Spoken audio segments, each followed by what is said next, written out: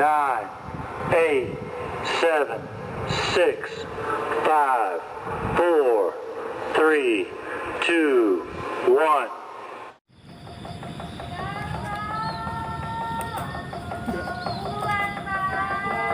Nggak mau pulang. Nggak mau. Nggak mau pulang. Nggak mau pulang. Nggak mau pulang. Nggak mau pulang. Nggak mau.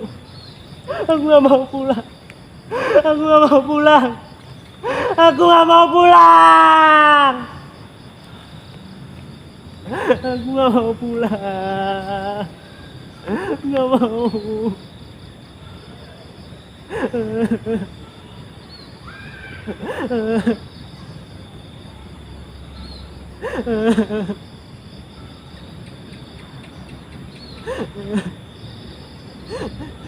Aku nggak mau pulang. Aku sudah memutuskan pergi dari rumah, minggat.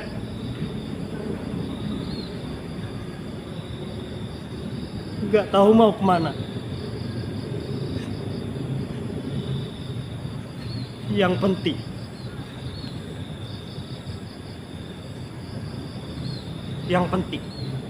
saya bisa bebas.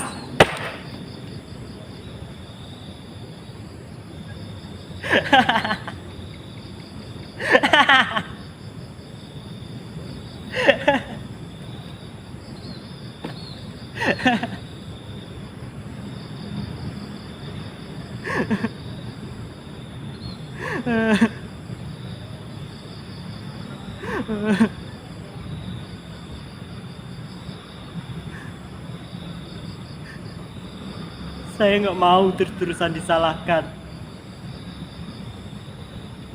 Mereka pikir saya ini anak kecil apa? Biar saja. Mereka menyangka saya hilang diculik genderuwo. Saya nggak takut sama hantu.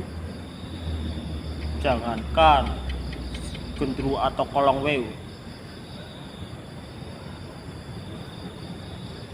Sama pocong saya juga nggak takut. Menurut saya pocong itu hantu yang lucu. Jalannya meloncat-loncat, lucu kan? Juga kuntilanak, saya nggak takut sama kuntilanak. Kayak di sinetron-sinetron televisi itu, suara kuntilanak itu bikin geli. Bang Bokir. Saya bukan penakut.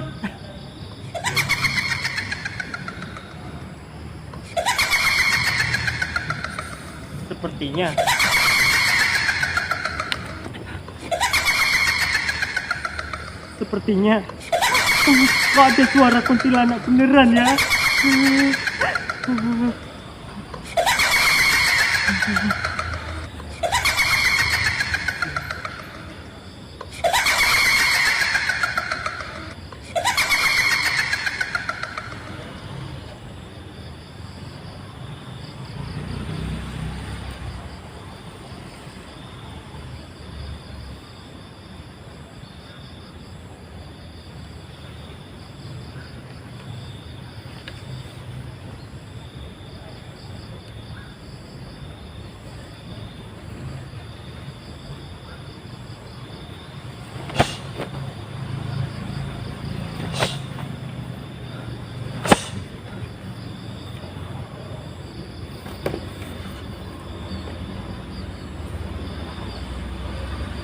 Rasa-rasanya seperti ikut uji nyali.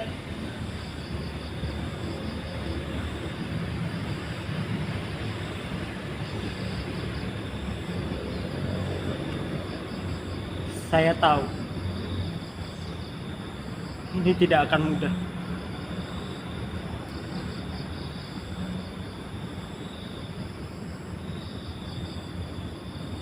Pergi dari rumah berarti meninggalkan semua kenyamanan yang selama ini saya dapatkan. Selama ini saya merasa menjadi lemah dan manja karena hidup saya yang terlalu nyaman. Saya pingin tantangan.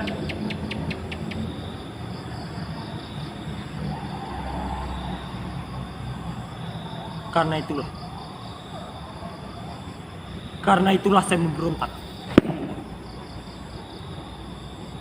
Tak hanya memberontak dari rumah, tapi juga sekolah. Banyak yang bilang saya ini susah diatur.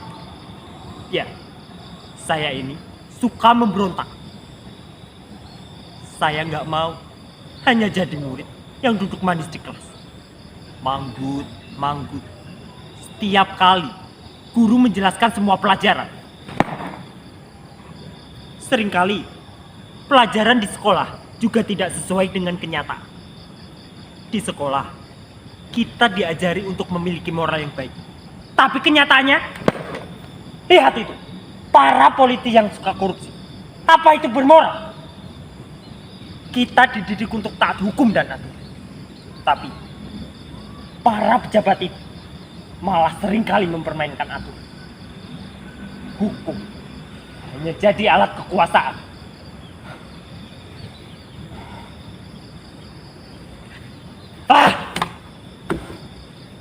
Saya bosan dengan semua itu. Saya nggak bisa diam. Saya harus melawan.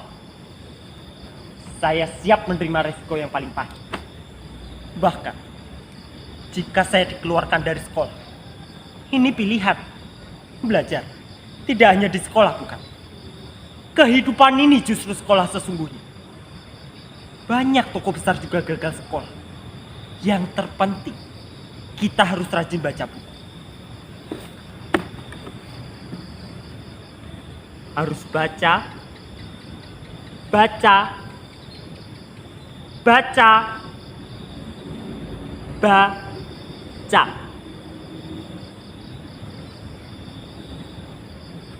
Kenapa kalian semua tersenyum? Kalian gak percaya ya kalau saya suka baca?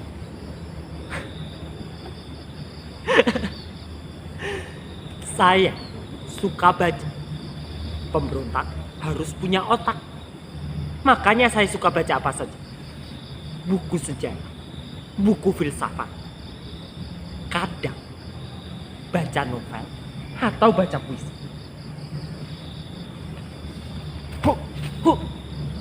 Cerita silat dan cerita detektif juga saya suka. Oh, itu kalau cerita porno di internet saya tak suka. No way. Ya, hanya sesekali lah. Boleh kan? Membaca membuat saya terbebas dari kerangka. Membaca membuat saya berani menantang dunia. Saya akan lawan semua kebobrokan. Sebagai anak muda, kita nggak bisa membiarkan kesewenang-wenangan. Kita harus melawan.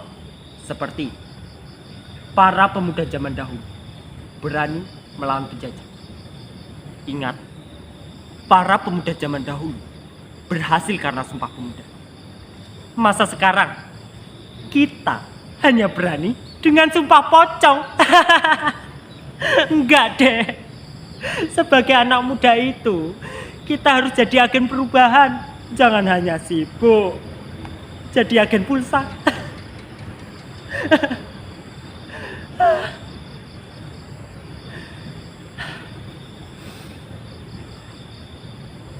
Saya jadi ingin mengguncangkan dunia.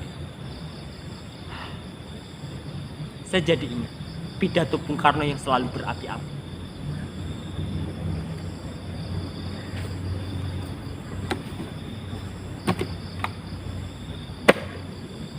Ingat, Bung Karno pernah berkata,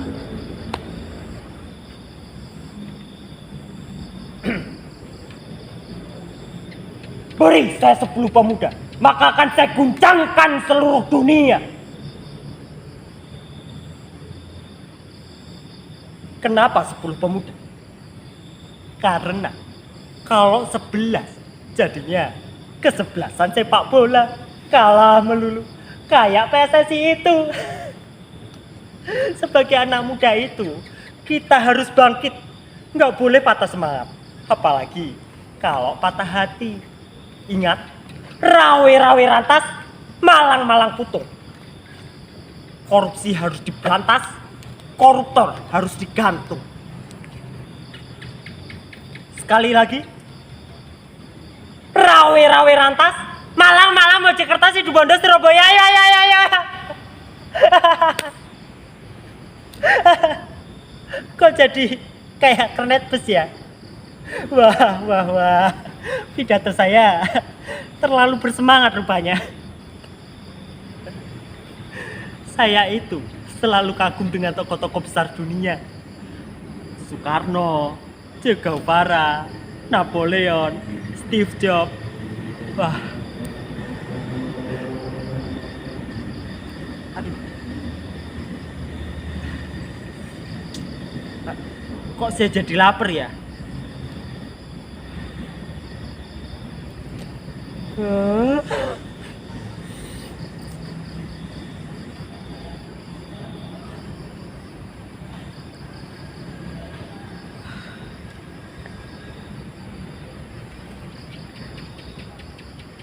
Kadang dalam situasi seperti ini kita baru bisa bersyukur.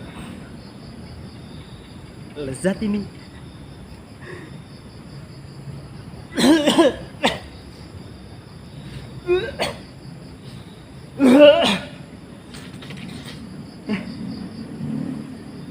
Bau banget.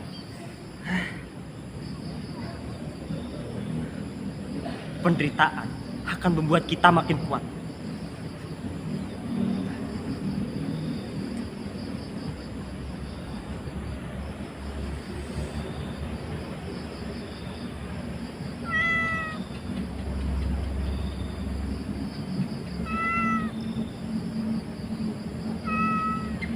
Kamu lapar, Pus? Mau? Ini buat kamu. Mungkin ini memang mestinya buat kamu. Kebaikan itu harus dimulai dari diri kita sendiri. Gak boleh egois, gak boleh mementingkan kepentingan sendiri. Ayo, Pus, makan. Saya gak mau serakah. Kalau saya serakah, apa bedanya saya dengan para politisi yang suka saya kritik?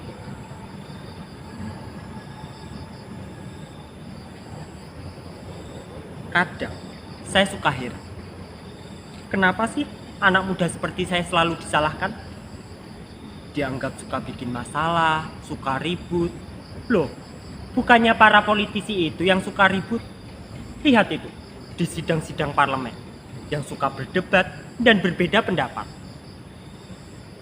Sepertinya yang namanya anggota dewan itu boleh beda pendapat, asalkan jangan beda pendapatan.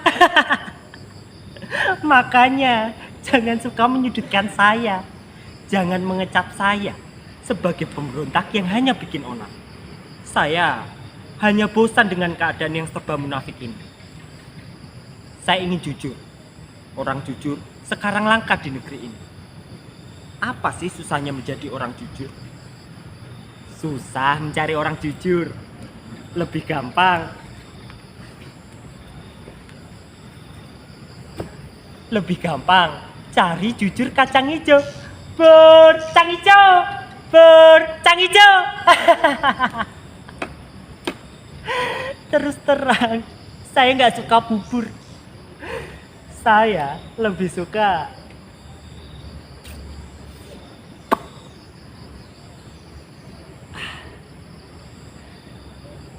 saya jadi ingat cewek yang diam-diam saya taksir.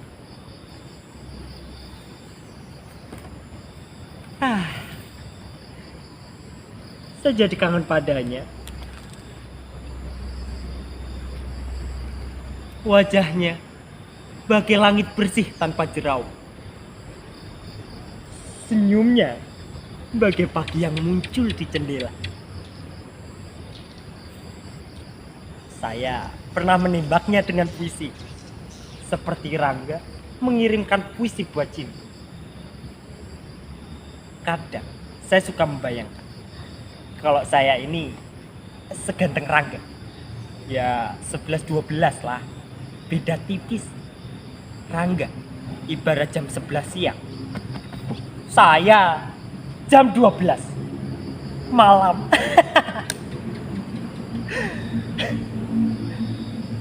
Ngomong-ngomong soal jam, sepertinya ini sudah larut malam. Saya mesti tidur. Pemberontak juga butuh istirahat, bukan? Tidur di mana ya?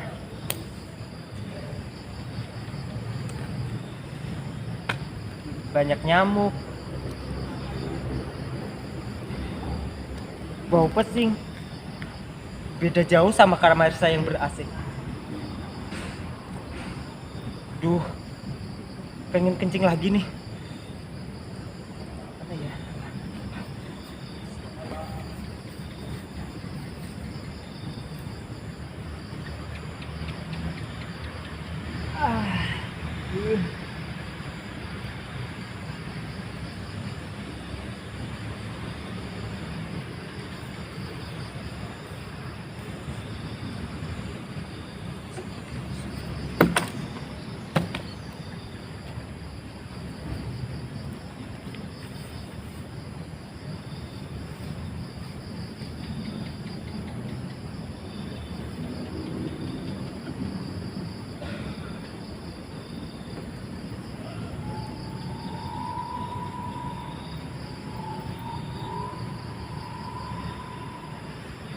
Jangan. Jangan. Ampun. Ampun. Jangan. Tidak. Tidak. Ampun. Tidak. Tidak. Tidak. Tidak. Tidak.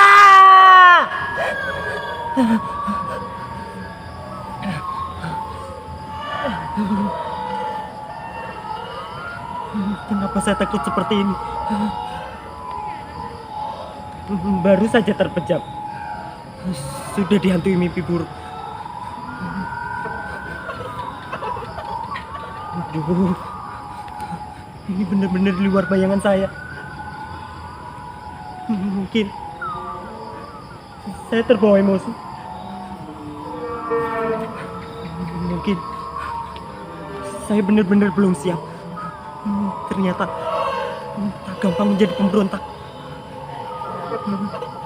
Ketakutan terbesar bukan melawan orang lain,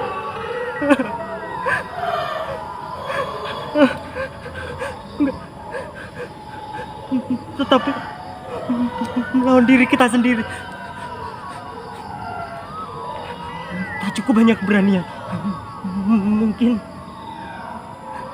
saya harus pulang.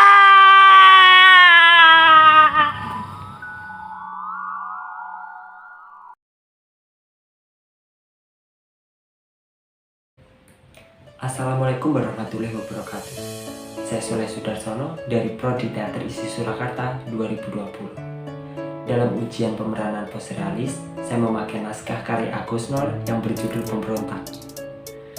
Alasan saya memilih naskah ini karena di dalam naskah ini terdapat sebuah empiris yang sangat mirip dengan kehidupan saya di masa lalu, yaitu tentang pemberontakan. Dulunya saya memberontak kepada keluarga saya karena keluarga saya tidak mengizinkan saya untuk terjun langsung di dunia seni karena beberapa alasan tertentu. Tetapi saya tetap kekeh dengan pilihan saya karena saya sendiri sangat menyukai hal-hal yang berbau dengan seni. Dan lambat laun keluarga saya pun mengizinkan saya saya untuk menyukai dunia seni, bahkan untuk terjun langsung di dunia seni. Bahkan keluarga saya mengizinkan saya untuk sekolah di sekolah seni. Untuk proses pemeranan posturalis kali ini cukup menantang karena waktu proses pemeranan posturalis ini berbeda dengan proses-proses ujian yang sebelumnya. Di ujian-ujian sebelumnya saya dibantu oleh beberapa tim saya, mulai dari menyiapkan make up, menyiapkan kostum, menyiapkan tempat, setting, dan lain-lain. Tetapi di dalam ujian pemeranan posturalis kali ini saya harus bekerja sendiri, mulai dari menyiapkan kostum, make up, tempat, dan lain-lain. Dan di ujian pemeranan posturalis kali ini saya tidak memakai sutradara. Jadi untuk mengetahui kurang atau tidaknya pemeranan saya mengajak teman-teman saya untuk menonton latihan saya. Jadi mereka bakalan mengasih masukan kepada saya apa yang harus ditambahin dan apa yang harus dikurangi. Begitu pula untuk konsultasi di ujian kali ini saya menggunakan video yang kemudian saya kirimkan kepada dosen saya. Selain itu saya juga konsultasi secara langsung kepada dosen saya yang berada di Solo. Sekian, terima kasih. Wassalamualaikum warahmatullahi wabarakatuh.